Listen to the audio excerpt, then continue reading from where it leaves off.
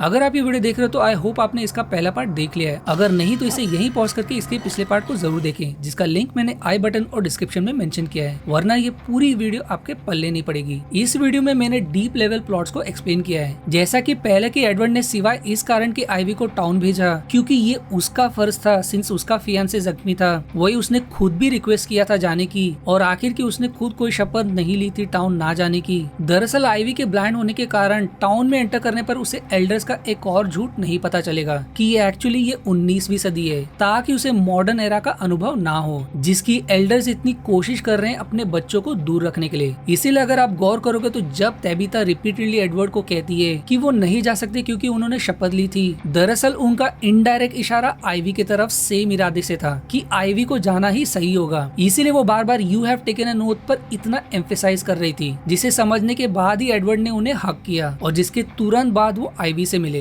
कुछ और कारण कि ये एक तरह से ओनली पॉसिबल बेस्ट ऑप्शन था, क्योंकि अगर एल्डर्स जाते तो पूरे गांव में कॉन्फिडेंस बढ़ जाती कि टाउन जाया जा सकता है बिना क्रीचर के अटैक के, जिससे उनका पूरा किया करा मिट्टी में मिल जाता। वहीं एडवर्ड को उसे परमिशन देना ही था, क्योंकि जैसा कि उस समय एडवर्ड एल्डर से कहते हैं कि इस गांव को बसाने का एकमात्र कारण ही होप ऑफ बेटर लाइफ के लिए था। यदि यही होप वो आइवी को नहीं दे पाता तो वो कैसे जिंदा रहती उसके बिना। दूसरा कि आखिर इतना बड़ा गड्ढा आया कहाँ से। वेल, अगर आप गौर करोगे तो उसके बगल में एक पेड़ गिरा होता है, जिसकी सूखे हुए जड़ों को देखकर आपको क्लू लग जाएगा कि ये इस विशाल पेड़ के गिरने के कारण वो गहरा सिंकहोल बना। तीसरा कि आइवी इतनी माहिर थी सराउंडिंग्स और लोगों को उनके रंग से पहचानने में, तो उसने नोवा को कैसे नहीं पहचाना। वेल, इसका पहला क्लू आइवी के उस डिस्कशन से पता चलता है जब उसने लूशियस से शेयर किया था कि वो हर एक के रंग को नहीं महसूस कर सकती। इसीलिए अगर आप गौर करोगे तो उस समय हाइड एंड सीक खेलते वक्त नेत्रहीन आइवी नोवा का क्लोजेट में छिपा होना पता नहीं लगा पाती। चौथा कि एल्डर्स अपने फेक कहानी और रहन सहन के तौर तरीके से बच्चों को ये साबित करने में सफल रहे कि वो 18वीं सदी में रह रहे हैं। पर ये कैसे हो सकता है कि इतने सालों में भी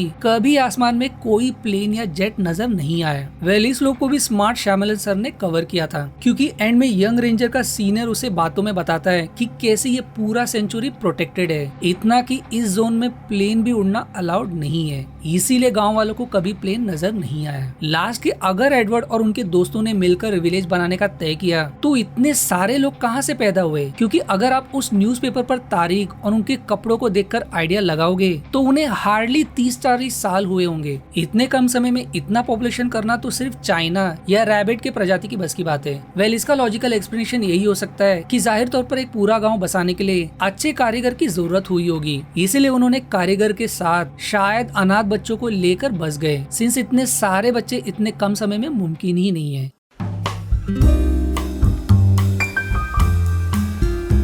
ऑल्दो मूवी एक अच्छे एंडिंग के साथ खत्म हो जाती है, पर अगर आप गौर करोगे तो एल्डर्स का ये मानना था कि वो इनोसेंट है जिन्हें इतनी क्रूरता सहनी पड़ी टाउन में, इसीलिए वो सब कुछ छोड़कर गांव में बस गए। पर क्या ये पूरी कहानी है? क्योंकि अगर आप गौर करोगे तो आज उनके निर्णय और शपथ के जिद के कारण ही आइवी के आंखों का इलाज ना हो सका। वहीं निकलसन का बेटा भी बीमारी में चल बसा और ना जाने और कितनों ने ही जान गंवाई और आगे और कितने ही गंवाएंगे। इसलिए क्या वो सच में अब भी खुद को इनोसेंट कह सकते हैं? वैसे आपको क्या लगता है? आप अपने इंटरेस्टिंग विचार मुझे कमेंट में बता सकते हैं।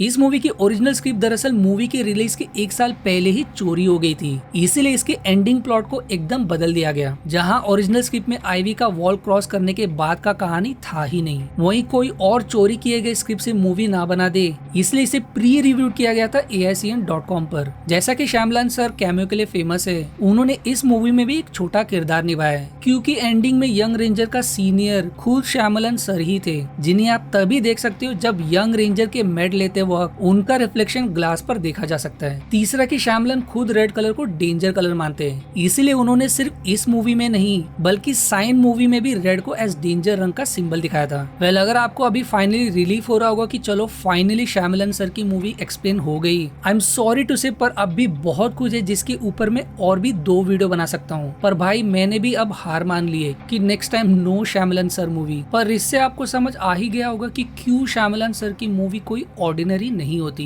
क्योंकि अगर आप मूवी के हर डायलॉग्स को ध्यान से सुनोगे तो आपको पता चलेगा कि इसमें कई ऐसे शब्द का प्रयोग किया गया जो सिर्फ 80s के समय में की जाती थी, ताकि विलेज के बच्चों को तो क्या, ऑडियंस को भी क्लू ना मिले कि रियलिटी में मूवी का समय 90s का है। और इस पूरे मूवी में सबसे बेहतरीन एक्टिंग एड्रियन की रही, और मैं आपको डेफिनेटली ये रेकमेंड करूंगा देखने की, क्योंकि ये more than one time watch जैसी मूवी है। वीडियो एंड करने से पहले दोस्तों प्लीज, अगर आपको मेरी एक्सप्लेनेशन सच में पसंद आ जाए और आपको सच में मेरी मेहनत काबिले तारीफ लगती है, तो आप इफ पॉसिबल ज्वाइन बटन पर क्लिक करके या अपलोड पर क्लिक करके गूगल या भीम यूपीआई से पे करके भी सपोर्ट दिखा सकते हो। और वीडियो एंड करने से पहले चैनल को सब्सक्राइब या वीडियो को लाइक और कमेंट या चैनल को अपने दोस्तों से शेयर करना ना भूले, ताकि मेरा चैनल बना रहे और मैं आपके लिए और भी एंटरटेनिंग वीडियो पोस्ट कर सकूं। मैं मिलूंगा अगली बार एक और न्यू इंटरेस्टिंग एक्सप्लेनेशन में। तब तक के लिए धन्यवाद दोस्तों।